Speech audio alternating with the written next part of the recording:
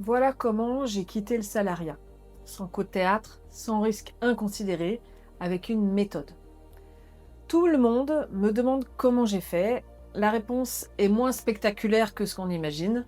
Il n'y a pas eu de grand soir, il n'y a pas eu de décision courageuse sous la douche. Il y a surtout eu un processus.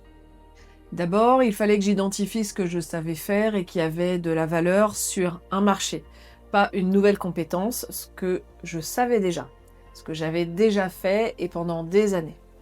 Ensuite, il fallait structurer une offre précise. Pour qui, pour résoudre quoi, avec quel résultat et à quel tarif.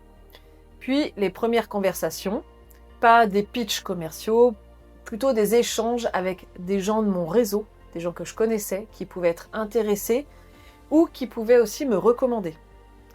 Puis les premières missions, petites, pas parfaites, mais réelles, avec de vrais clients, de vrais retours et de vrais revenus.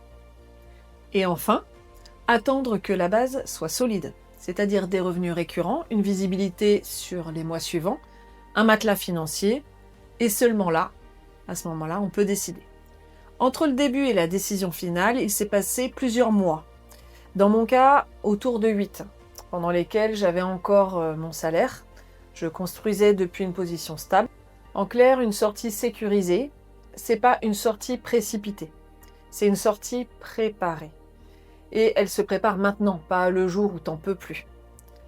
Le challenge du 8 juin est là pour structurer ce chemin. Donc le lien est en description.